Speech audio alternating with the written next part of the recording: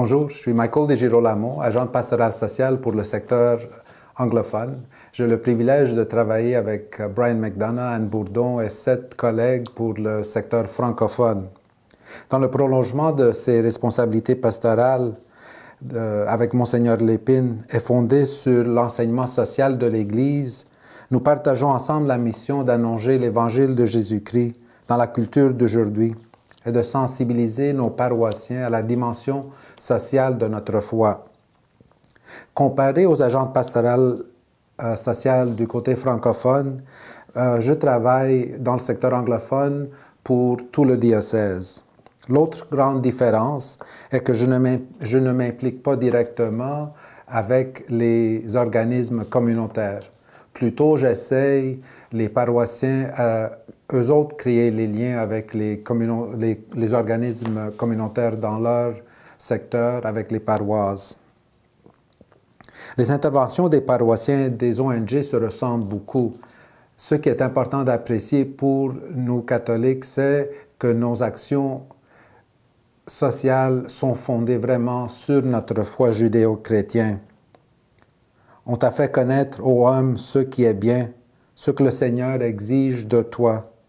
Rien d'autre que de respecter le droit, d'aimer et de marcher humblement avec ton Dieu, nous dit le prophète Micah. Afin d'être capable de marcher dans cette mission, je travaille étroitement avec quelques 25 bénévoles qui sont des représentants de leur paroisse pour la pastorale sociale. Et c'est vraiment un honneur et un privilège parce qu'ils sont impliqués de façon concrète à vivre l'Évangile de Jésus.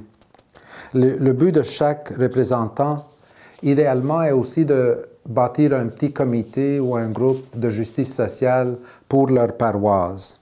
Ceux qui vont regarder les questions sociales dans les périphéries de notre société, soit globales ou locales.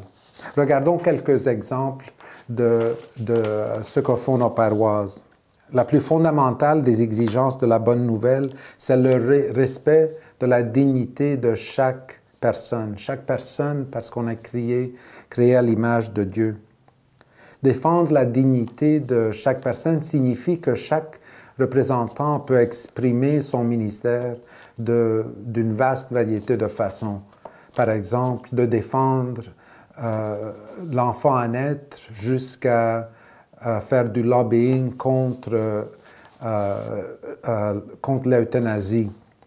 De travailler ici pour combattre la pauvreté dans notre ville, ainsi que de combattre la pauvreté et l'exclusion dans le Sud. Une deuxième exigence qui découle de la bonne nouvelle, c'est la justice, la compassion, la réconciliation et la paix. Donc, nous avons des représentants qui se sont impliqués l'année passée avec la Commission pour la vérité et réconciliation, d'autres avec la justice réparatrice, ministère en milieu carcéral, par exemple, ou avec les questions de paix dans le Moyen-Orient. Une troisième exigence, c'est la promotion de la solidarité avec une option pour les personnes exclues. Et ceci aussi peut prendre diverses formes.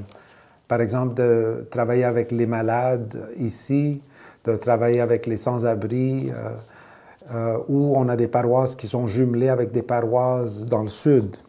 Un autre exemple pourrait être d'aider les migrants et les réfugiés ici de façon directe et concrète, ou de participer avec des journées comme la Journée mondiale pour les migrants et les réfugiés. Une quatrième est encore en développement. Une autre implication encore en développement, c'est toute la question de l'environnement et de la protection de la création. Puis la cinquième exigence, qui je crois est critique, est celle de viser la libération intégrale de la personne et le changement des structures sociales.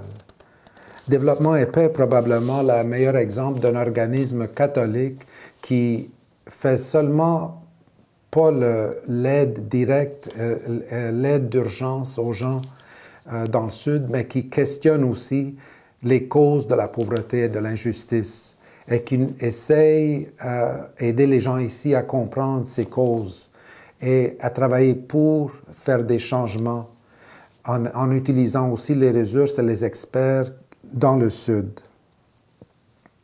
L'année dernière, par exemple, il y a eu tout un lobbying avec le gouvernement fédéral pour l'industrie minière ou l'industrie extractive dans le Sud, où il y a des compagnies canadiennes qui causent des problèmes environnementaux ou de la contamination qui ne se ferait jamais ici en Amérique du Nord.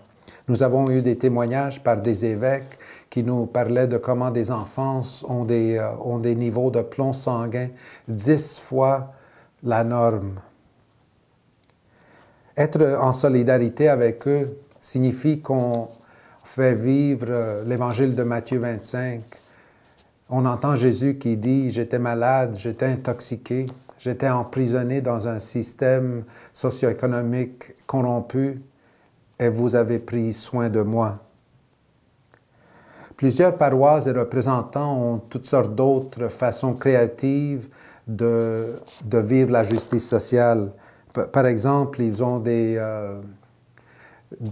films sur des thèmes de justice et d'éthique. Ils ont des ventes de produits équitables.